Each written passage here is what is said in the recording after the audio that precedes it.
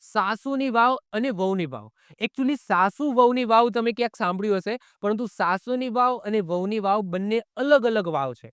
એક વાવ નથી, બંને જોડે-જોડે છે, પરંતુ બે અલગ-અલગ વાવ છે. બંને નંદા પ્રકારની છે. તો પૂછાય કે સાસુની વાવ ક્યાં આવી?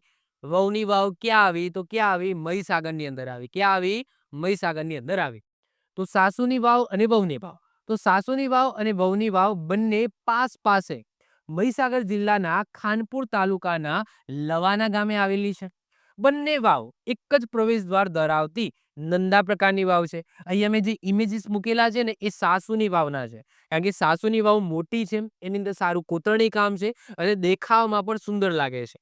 તો આ જે ઇમેજીસ છે એ સાસુની વાવના છે અને બાજુમાં આઈ થિંક અહીંયા તમે જોશો કે વહુની વાવ છે, પરંતુ એની ઇમેજીસ મને ના મળી. ઓકે, તો સાસુ કે વહુની વાવ ક્યાં આવેલી છે? ભાઈ મહીસાગરમાં આવેલી છે. બંને નંદા પ્રકારની છે, એક પ્રવેશદ્વાર ધરાવે છે.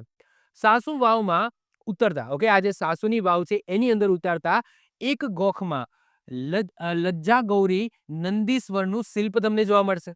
આ સાથે નવગ્રહનો પટ્ટો, દશાવતારનો પટ્ટો, વિષ્ણુ તથા વૈષ્ણવીની બે પ્રતિમાઓના પણ શિલ્પ તમને આની અંદર સ્થિત જોવા મળશે. ક્લિયર? તો સાસુની વાવ પૂછાય કે વહુની વાવ પૂછાય, અથવા તો સાસુ વહુની વાવ પૂછાય, તો ક્યાં આવેલી છે ભાઈ? મહીસાગર, સોરી, યસ, મહીસાગર જિલ્લાની અંદર આવેલી છે. કયા ગામે? લવાણા ગામે. ક્યાં? લવાણા ગામે. ઓકે.